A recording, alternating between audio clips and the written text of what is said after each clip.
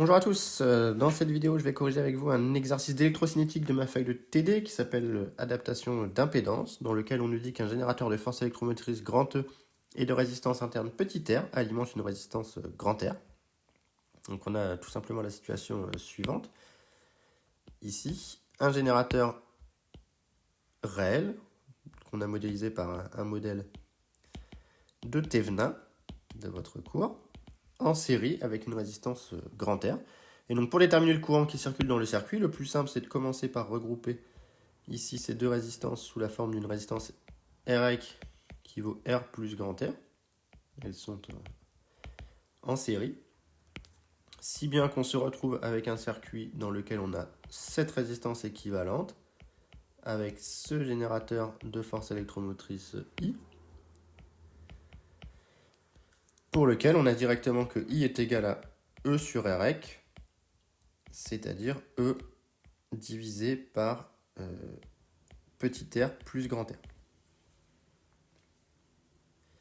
Déterminer la puissance dissipée par effet Joule dans la résistance. Voilà, on a une formule de cours. Puissance Joule, c'est R fois I carré.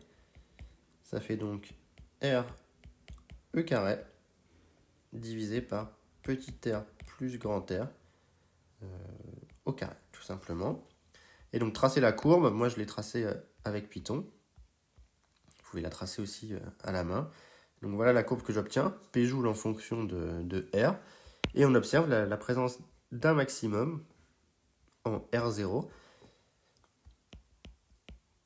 max de puissance dissipée. Et le but maintenant va être de déterminer justement ce R0 ici.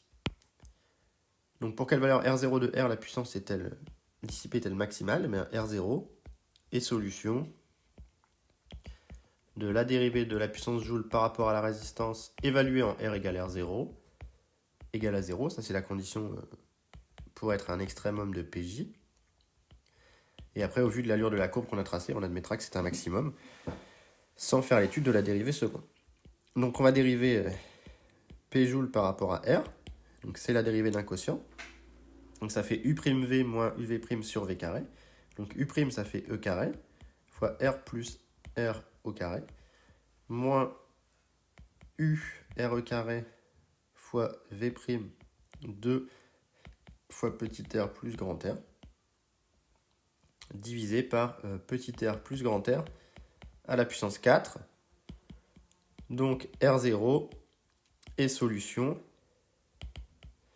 de E carré fois R plus R0 carré moins 2 R0 E carré fois R plus R0 égale à 0 car le dénominateur ne va pas s'annuler ici.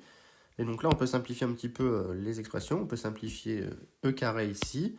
On peut simplifier R plus R0 et on se retrouve avec R plus R0 qui doit être égal à 2 R0. Et donc, on se retrouve finalement avec R0 qui doit être égal à petit r. Ici. Voilà. Donc ça, c'est bien ici un maximum, puisque P de 0 est égal à 0, là où P de R0 est égal à P de petit r est égal à petit r E carré divisé par R plus R, donc 2R au carré, c'est-à-dire 4R carré. Ça fait donc E carré sur 4R, ce qui est positif, donc c'est un maximum. Voilà, donc on vient de déterminer que c'était en R0 que la puissance était maximale, et on peut le vérifier. Moi j'ai fait un zoom de la courbe, j'ai tracé avec R0 est égal à, avec petit r est égal à 50 ohms, ce qui est le cas de la valeur de la résistance d'un générateur de TP, et bien on voit bien que le maximum ici, il est atteint pour 50 ohms. Donc R0 est bien égal à petit r. Donc voilà pour cet exercice assez simple finalement d'étude d'électrocinétique. Maintenant il faut savoir calculer une intensité dans un circuit série et puis savoir calculer une dérivée pour trouver la position d'un extrémum. Donc c'est pas un exercice qui reste, c'est pas un exercice inutile. Donc j'espère que la correction vous a plu. Et s'il y a des questions, mettez-les en commentaire.